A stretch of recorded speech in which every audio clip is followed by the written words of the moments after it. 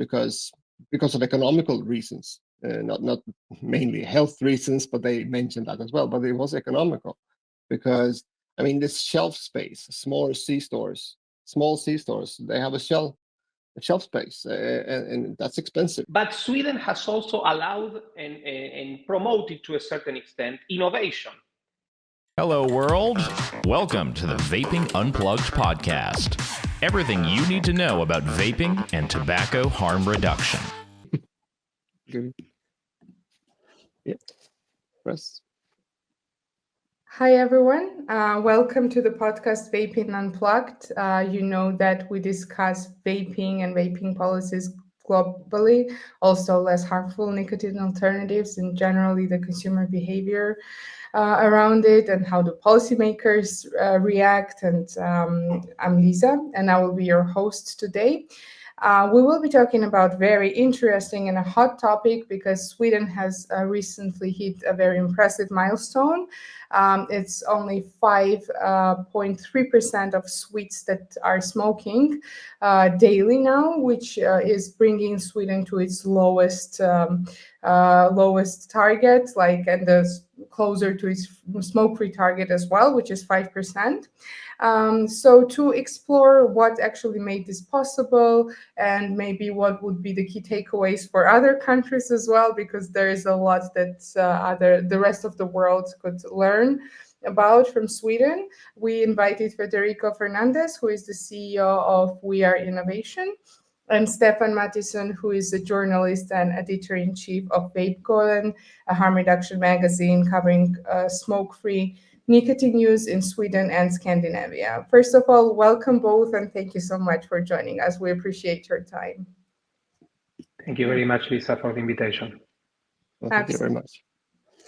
Well, before we dive into discussion and talk a lot about Sweden and just what other countries could learn from Sweden, I just want to do a quick introductions. Okay, so Federico, maybe you could tell our listeners more about yourself and We Are Innovation. I'm sure they know about you from our social media and podcasts as well, but just if there are some new listeners, it would be nice to hear. Yeah, happily. Well, firstly, thank you, Lisa, for the invitation again. This is, I think, my second appearance on the podcast, and it's always a pleasure and an honor. As you said, I am part of We Are Innovation. We Are Innovation is a network of currently 49 think tanks, NGOs, and foundations around the globe. As you can imagine, we're really, looking forward to get our 50th member. It's an arbitrary number, but it's an important number. The network was born in Latin America, and then we expanded to other regions. And as I said, now we are in 4 different continents. And let's say we try to focus on problem-solving innovation. We deal with several topics, and innovation in nicotine is one of them. And we think that, well, Sweden is definitely a very good example on that. Thank you. We'll definitely be talking about the work that you do and your research and indexes that you have been publishing during the previous year. It's very interesting work. Stefan, maybe we could move to you, and I would like to ask you to basically introduce yourself, tell us about the magazine a little bit and what you do. Yeah, my name is Stefan Mathisson, and I'm a journalist, and I'm a vapor, and I'm a consumer activist for smoke-free nicotine use. I'm based in Sweden, and I run what would you call a media outlet called WVAlliance.se. That's in English that kind of vape check, something like that. Very Swedish name. But I do cover smoke-free nicotine use in Sweden and the Nordic Scandinavian countries mostly, but also on the European level, of course, because we're part of the EU. I do this from a consumer perspective and report on anything really, politics, debate, science that has something to do with smoke-free nicotine use. I started out as mainly a vaping media outlet because I am a vapor myself, and I wanted to cover that area as a journalist. But I kind of expanded during the years because you realize that if you're going to talk about harm reduction for smokers, you need to go into all the areas. So that is what I do, and I publish daily as a freelance journalist. I work with this on different platforms, but mainly Vejpkollen is my home and base. Amazing. So since you mentioned that you are based in Sweden and you're a journalist in Sweden, I'm going to start with you with a question of, and I'm going to ask you to give us a brief summary of what is happening in Sweden and the smoking rates right now. And maybe you could also give us a little bit of comparison, like what do the rates look like comparing to recent years? Are there any improvements, especially not only in smoking rates, because we've seen those, but also in terms of public health, other analytics kind of? Yeah, well, to start off, I mean, yeah, as you said, this is not really news in Sweden that we have low smoking rates. We've had that for quite a while now, but they're also steadily declining, and has been declining since they started measuring this, like in 2004 and some. In 2004, and they've added more measurements to this curve. But yes, it's been going down steadily.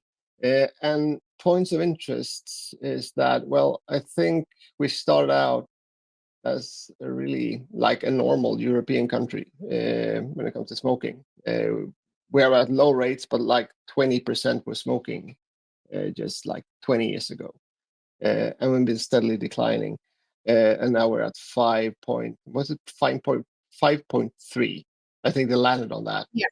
Different numbers are circulating right now. So, but and I think what most, when it comes to tobacco harm reduction activists, what they're looking at is the numbers among males in Sweden, because we know that snus use, the use of oral tobacco, is largest in that population, and smoking rate among Swedish males is like 3.8%, so well below the both the average rates, very much below the European rate for males, which is around 20%, something like that.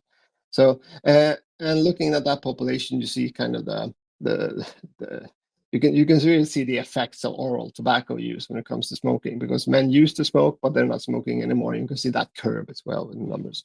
So today was kind of like, or yesterday when the numbers came out, it just became more apparent that oral tobacco has to affect these smoking rates. But that's not really what the public health agencies are saying. But yeah, we kind of know that anyway. Looking at the numbers. We'll talk about that as well a bit later. Also, if you have any opinions on the policies in Sweden. But before that, I want to ask Federico, what would be Federico's take on the very recent smoking rates in Sweden? And what do you think, what are the factors that were most effective in achieving this kind of record low smoking rates, not only for Sweden, but across the EU? Well, let's say at We Are Innovation, we are great admirers about what Sweden is doing, and we've been doing a lot of work regarding what's going on in that country and what other countries could learn. Of course, I mean, people like Stefan probably knows more than we do, but let's say we're doing this as you know, as fans almost, but also really, I mean, in a more serious note, just because we really think there's a lot that can be learned from Sweden. Just, you know, a footnote to what Stefan was explaining. If I remember correctly, between 2008 and now, smoking prevalence in Sweden overall, you know, the overall population has declined 65%. That's really, that is something you don't see everywhere. And as part of the work that we've been doing, one thing that we did last year was commission Ipsos, which is an opinion poll company, to run a survey on Sweden, specifically on ex-smokers who switched to alternative nicotine products, innovative nicotine products. Why this demographic is important? Because in Sweden, nicotine consumption is more or less the same as in the rest of the European Union. The trick, so to speak, is that Swedish people are wise enough not to burn tobacco in order to to consume nicotine. So we really wanted to know what the people, the ones who walked the path, what were their thoughts. And we basically came up after this poll. We came up with 3 key elements that had to do with alternative nicotine products. The snus, vaping, heated tobacco, and nicotine pouches in Sweden, all these 4 products, they are accessible. This means these products can be bought through different sales channels, and they have sufficient and relevant information. For instance, in Sweden, like it happens in many other countries in the world, these products are not presented as at the same level of danger as smoking, for instance. These products are also acceptable. The products come in different flavors, different nicotine levels. By the way, this part, related to flavors and nicotine levels is more relevant for women than for men. So we could also say that there is, let's say, certain gender specificities that are also are also contemplated in Sweden. And these products are affordable. This is reflected in how they are taxed. And in general, they can be purchased by normal Swedish people. These are, let's say, the 3 A's that we extracted from the Swedish model, and we think it's a good way to start interpreting what's going on there. Definitely. Thank you so much. I was actually about to emphasize the same thing, that even though the smoking rates are the lowest across the EU, if you look at the nicotine consumption rates, they're more or less the same, right? So that's what harm reduction is all about, finding ways to consume nicotine. In this sense, tobacco harm reduction is all about to consume nicotine in a less risky manner. So Stefan, you are a journalist, a harm reduction journalist in Sweden, and you're also a consumer. So I'd like to ask you for more of a local perspective of what just Federico said, because it might be interesting for our listeners to know what is the consumer shift, like a cultural shift in Sweden. What does it look like? Are consumers indeed switching to less harmful alternatives? And what is the mindset around it generally? It's obvious when you kind of live and work here, what's going on the market and what's going on with the consumers.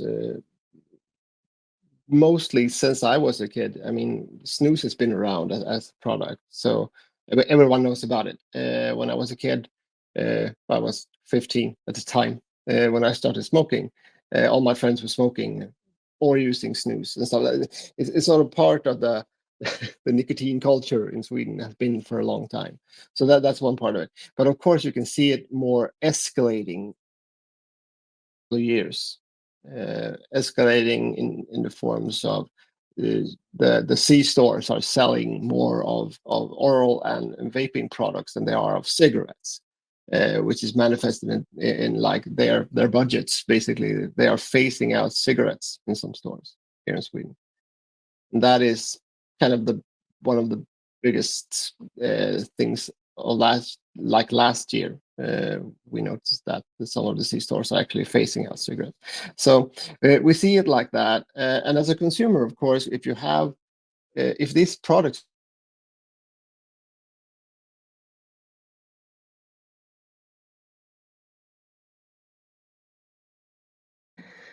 Can you hear me, Federico? Yeah, so we're losing Stefan. I'm going to cut this out. I can hear you and see you perfectly, but I lost Stefan completely. Farm and stuff like that. Consumer switch. But this is in spite of what's been going on with like the health agencies, stuff like that, because we get the information that these products are dangerous for our health. Yep. Oops. Something was not right. Yeah, at the beginning, he froze, but I could listen to him, and then I lost him completely. Yeah, it might make sense to record this question again. Yeah. Might be Yeah, until but probably the question again, but yeah, until phasing out of cigarettes, I think it was more or less proper. Then it was, which that caught my attention because I didn't know that stores already were saying we don't Yeah, sell cigarettes anymore yeah, or something it's like amazing. The that. market just reacts on its own to the product. Yeah, exactly. Yeah, it takes space, really. It's if you're not, yeah. Oh, I'm gonna message. Well, we notice that this shift in consumer habits and stuff like that in the marketplace, basically, because snus and oral products have been sold since many decades, but the last couple of years, 5 years maybe, we've seen a shift in the C-stores where nicotine pouches, along with snus and disposable e-cigarettes, that's become a commodity that's been of interest to these companies because of a consumer interest. And actually, last year, one of the bigger C-store chains announced that they're going to phase out cigarettes from their shelves because of economical reasons. Not mainly health reasons, but they mentioned that as well. But it was economical because, I mean, this shelf space, small C stores, they have a shelf space, and that's expensive to have. So what's going on, and we see that if you're looking at C-store in Sweden today, like e-cigarettes, nicotine pouches, and snus are on the forefront. Cigarettes are in the back, but also like heated tobacco has taken a lot of room. So it's hard as a consumer not to notice that these products are around, and it makes it easy to kind of just try them out, shift your nicotine use. And this, along with, of course, smoking bans in different places, discussions on the health effects of smoke, also kind of falls into this.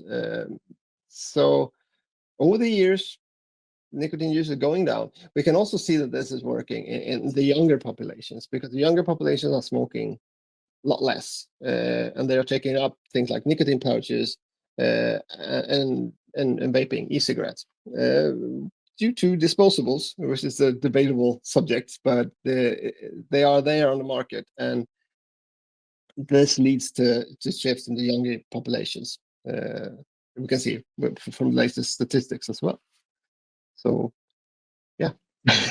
So we see it a lot. And as a consumer, that's kind of the best place to be, actually, because you have a choice, and you can compare different things. You can make your own opinion matter more to yourself. You don't need to listen to health agencies to make your health better, because you kind of know how to do it yourself. Definitely. Self-medication. That also solves another problem. So when cigarettes and combustion is not in demand anymore, it's not going to be in demand on the black market either, right? Because if you just prohibit those products, the consumers are still going to get them through illicit trade. But in this case, that's the ideal situation where consumers just choose less harmful alternatives and they're not interesting anymore. I'm sorry for this. So that's ideally what we want to see everywhere. So I want to ask Federico about what would be the main takeaways for Sweden, from Sweden, and basically for other countries, because we know that around the world, people are and policymakers are quite restrictive and prohibitive around tobacco harm reduction products, and that's a challenge that we've been facing to fight the misinformation. In some countries, we see that they're more or less endorsing harm reduction. So, but generally, Sweden is the best example. And what do you think policymakers should be taking and learning from Sweden? There is, as you said, there are changes happening for the better in many countries, but definitely Sweden has a lot to teach, and Sweden can be a great role model. I would say the following. Sweden has applied the more traditional rules and ideas emanating from the World Health Organization and the European Union as well in order to control smoking. We all know them. We know where you can get with those. Basically, all countries do that. And there are very different results and not the results that Sweden has achieved. Sweden also has invested a lot educating their population about the risks of smoking. That's fantastic. But Sweden has also allowed and promoted to a certain extent innovation. And why? Because they have allowed that in their market in Sweden, particularly people who were smoking and were thinking of switching to something else, they could access affordable, accessible, and acceptable innovative nicotine products. And let's say these three things, if you think it of a table with three legs, I think it's extremely important, because I think innovation and allowing innovation is the secret sauce that Sweden has and not many other countries in the world have. And it's it's one of the reasons behind, to us, is the main reason why Sweden has achieved what they have. And this also shows you something else, particularly if you're a decision maker, a policy maker in another country. You don't have to throw the baby with the water, so to speak, in the sense that you can be a good student of the World Health Organization, or in the European Union in case you're a member state, but you can also do some other things as well that can help you reach to the goal that we all want to reach, which is, let's say, reducing smoking, ideally eliminating smoking. And I like to compare what Sweden has done to making a good wine. A good winemaker, what they do when they do a blend is, they take different kinds of grapes, more classic grapes, which would be the classic so-called tobacco control measures, and some unique grapes that allow you to craft, something that is truly exceptional. And that is what Sweden has done, has made a blend of tradition and innovation. And the results, well, are here for us to see. Thank you. Just as a catch-up and follow-up question, do you think Sweden could be an example of a prohibitionist versus harm reduction on a general scale? Because could it be an example of how smart and supportive policies outperform the prohibitionism, and in what sense? Because I believe prohibitionism has a repetitive pattern everywhere. So maybe you could, Federico, also share your thoughts on that, and maybe Stefan as well, if you want to. Yeah, definitely, Lisa. But I would like to know what Stefan thinks about this. Our view about Sweden, this is a trick question, because let's say Sweden has not been prohibitionist. That's let's say the government has not been prohibitionist, but the government I like to think of Sweden of a case of a very reluctant laissez-faire approach, because the government was never like, hey, yeah, this is the way, these products are way better and way safer than smoking. So, like, let's say in the United Kingdom or in New Zealand, let's push a switch, because this is definitely a very good, let's say, public health policy that people who are currently smoking switch to vaping. Now, and I mean by now, maybe in the last, 6 months or so, there could be maybe a change in the public policy sphere, and there could be a little bit more of a decisiveness in order to be a little bit more pushy regarding, in a good way. But it's an interesting. But regardless of I would say the case of Sweden is more innovation-led, is more consumer-led, is more entrepreneurial-led. But the results, and this is also important, but they could all these people, consumers, entrepreneurs, innovators, they have an environment that allows them to do what they can do best. And it's very interesting, and this is an interesting reading that you can find from the results that the Swedish Health Agency just published regarding smoking prevalence. if you're a European and you migrated to Sweden, it also worked for you because, Stefan was mentioned that, 3.5% or something like that of men, don't smoke in Sweden. And let's say smoking average in EU countries is 24% or something like that. In Sweden, Swedish migrants in this better environment is like something like 7.8, if I remember correctly. So they have basically three, it's three times less of a chance, of smoking if you're in Sweden. So that tells you, because every time there's something successful and something works, that works for them, but not for us. That's always no, because it's in Japan, and in Japan, the Japanese. It's Sweden, they are too blonde in Sweden, so it doesn't work for us, or whatever, Well, this is not the case. If you're European and you, let's say, have a similar environment as the Swedes, you react the same as them. So that is something that really tells you a lot about how something more open, something smarter, a regulation that allows innovation to operate is way better than coercion and prohibitionism alone. Yeah, I will certainly agree. Looking at the other countries, there are two kinds of legislation that work best for these products to take place on the market.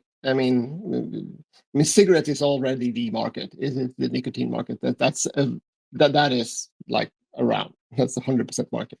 But looking at countries who either have no legislation or regulation in place, or have a very, as you said, involuntary laissez-faire, like that expression, because that's very Swedish. It's laissez-faire, but we pretend it's not, because we're kind of socialist country. We can't say that. But yes, of course, regulation is very important. What you allow or what you not allow. We were on the brink of having regulations on e-cigarettes that was basically a ban policy. We had a flavor ban voted down by Parliament, which kind of sparked this discussion on harm reduction in the Parliament to a new level. There was a flavor ban discussed, and a majority didn't want to see that. They realized that this is bigger than just banning something. You need to look at these products in a different way compared to each other, like smoking, snus, everything. Snus led the discussion, but what e-cigarettes and nicotine pouches were part of the debate as well. So yeah. But that was voted down, and since then we have a new government who saw the potential of actually having a policy that wasn't as strict an anti-nicotine policy, which we had or have had for the last 10 years. They wanted something else. They wanted to reduce the harms of nicotine use instead of just reducing nicotine use, because there's a different way. You can use nicotine in safer ways, what they basically said. So we've had Sweden is the example of Sweden is that the marketplace is important, and no matter what kind of laws and regulations you have, if the marketplace is already accepting these products as sellable goods and the consumers are accepting them due to whatever, like nicotine content or flavors or whatever, if these products become acceptable in the market, then things start to happen, because then money talks solely, and if the stores can sell these products, they will, and if the consumers want them, they'll buy them. And I think in Sweden, that is really a takeaway from Sweden. You don't have to be a liberal to see the connection there. And I think many countries could benefit from that kind of study. Just study the market in Sweden. What's going on here, and why is this happening? And never forget that it's been going on since like the 90s, like the 80s, basically, with snus, because snus has been culturally woven into the system of nicotine in Sweden. But last couple of years shows that if you introduce more products, you rapidly decrease smoking rates more rapidly. And that we can see in other countries as well. Like New Zealand is like the best example, when vaping kind of just swept smoking off the market for a generation in less than a couple of years. And And I think we'll see the same thing in Sweden, but it's on a very much lower scale because we don't have that many smokers. But like women, young women are vaping in a larger extent than like the men are. The men are using snus and nicotine pouches. The women are using nicotine pouches to a larger extent, like the younger ones. So, I mean, in a couple of years, we'll see dramatically lower smoking rates than we have now. I think we've reached kind of a bottom where the smokers are going to the smokers who are still around are going to be the older smokers, sadly, but they are going to be around until they basically fall off the map. But so I think there's also a point I want to make when it comes to use. I mean, look at the young people. I mean, young people are also part of the harm reduction discussion. They're always used as a kind of a battering ram for regulations. But these are the people who are actually accepting these products, and they are not smoking anymore. And of course, that is going to have an effect on health in the long term. And it should also have an effect on the marketplace. Because as I see it, it's hard to ban a product. It's not hard, but politicians should be wise enough not to ban products that are popular. Because as Lisa was saying, I mean, black markets are a thing. You need to kind of come to a place where regulation meets the market. And that, I think that's going, I wouldn't say that's going well in Sweden as well. We have a huge black market for e-cigarettes here as well, as in the C-stores. But that's mostly like the fun products, the one with the colorful high nicotine level products that come from the American market or the Chinese market directly. We have that market as well here. I think the problem with black markets is still going to be around.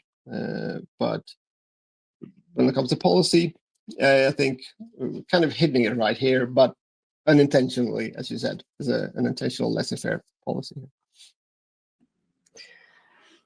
It's very interesting. I think we're moving, by the way, to our last part of the conversation. But as a last question, I want to ask you both, what would be your message to the consumers, especially because we're talking about Sweden, and what Federico and both Stefan said, I think it's very important to emphasize that what we're witnessing in Sweden is kind of a consumer-driven push that people are choosing less harmful alternatives, and then kind of the government is following up with more of a relaxed approach, or just realizing that this is what consumers want and this is what is good for smoking cessation rates generally. So what would be your message to the consumers worldwide? It might be like an example or an inspiration. So I'd like to hear from you. Maybe we could start with you, Federico, this time.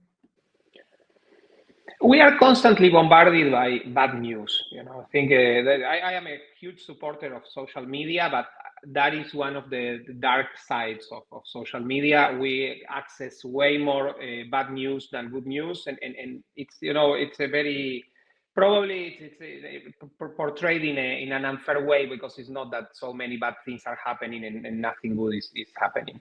Sweden is one of those good news that we should really be telling people all over, and particularly people who are users of these products, people who used to smoke, and because Sweden shows us that everything is set for us to win against smoking. We can defeat smoking. 1.3 billion people still smoke in the world. Those people are more likely going to die because of smoking, die prematurely. They're going to have horrible diseases. The quality of the life is going to be shorter and with less quality. We can stop that. I don't know at which point in time in history humanity was on the brink of solving a life-threatening situation for 1.3 billion people. We are there, so we should be very happy. We are winning. We can win this, and we're going to win. We should not be let down by naysayers, by critics. All innovations in history, and the most life-transforming innovations in history, have been severely criticized, presented as if they were the end of the world when they were exactly the opposite.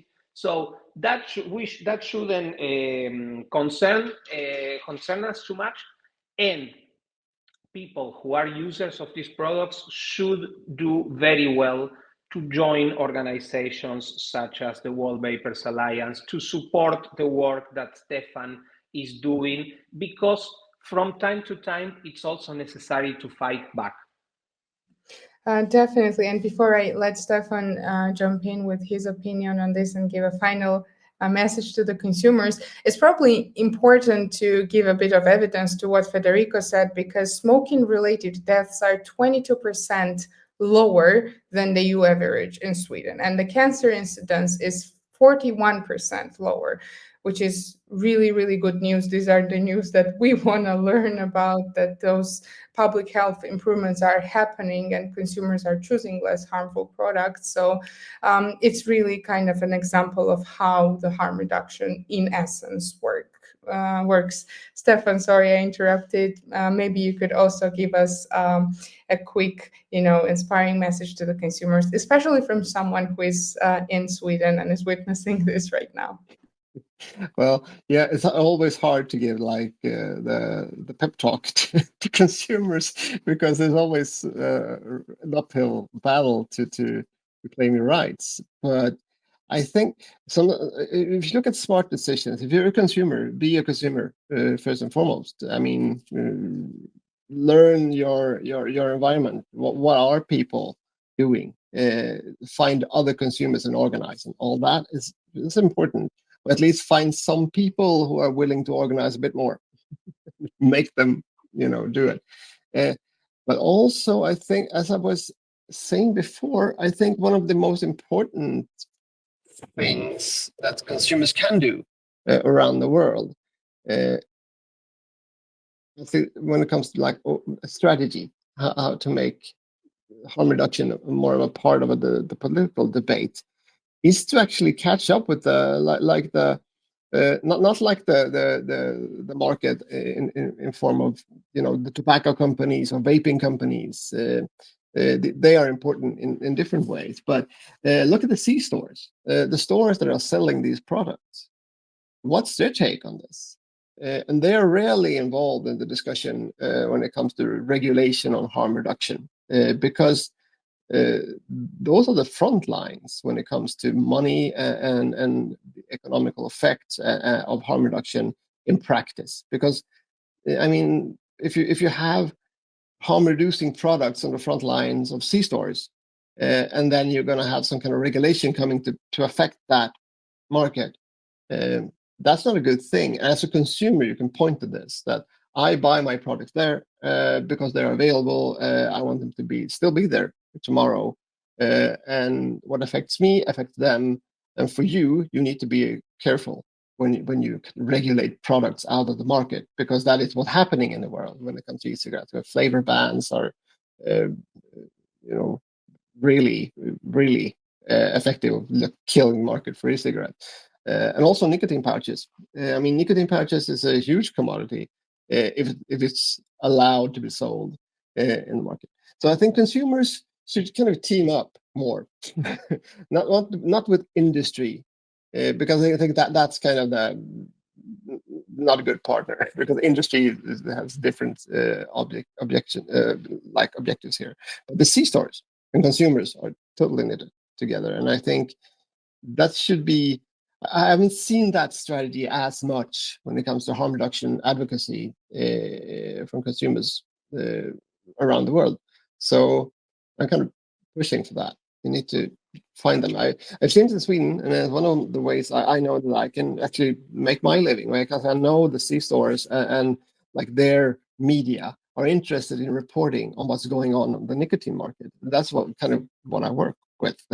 I cover this. So, and in doing that, I had lots of discussions with the C-store owners, and they can voice their opinion on why these products are important for them as well. Yeah, that's my take on that's my pep talk find some interests in other places that you haven't looked before. And I know one of the reasons that the CISOs haven't been involved in this discussion around the world is because they haven't had any products to sell. But since disposable e-cigarettes came around, in America it was Juul and all that, they are actually involved in this now, and they are, I think, willing to take the fight to the politicians as well. Yeah, I think one of the problems that we're usually witnessing is what you said about consumers teaming up as well, because like people, when they don't think that alone their voice would matter to a politician, but it's very much vice versa. It's very important to share what their experience has been like with vaping or with snus or with any less harmful nicotine alternatives, how they actually helped them with quitting combustion and smoking. So it's really important. We always encourage consumers to raise their voices if they know a policymaker, and just, they can always just reach out to them and let them know about their own experiences. And those are real stories that matter to policymakers. So it's definitely important so that we keep them informed. Well, thank you very much, Federico and Stefan, for your presence today in our podcast. It's always a pleasure talking to you in person and on podcast. We're always happy. So thank you for the interesting insights. You're always welcome as our guests. Obviously, if you have more time, always a pleasure to chat with you. To our listeners, first of all, I'd like to thank you all for being with us today. Remember that Vaping Unplugged podcast will be posted once a week. So there is a next episode coming next week, and we will post all the information about We Are Innovation and Vejpkollen in our description. So make sure to check it out and stay informed. Thank you very much, and vape on.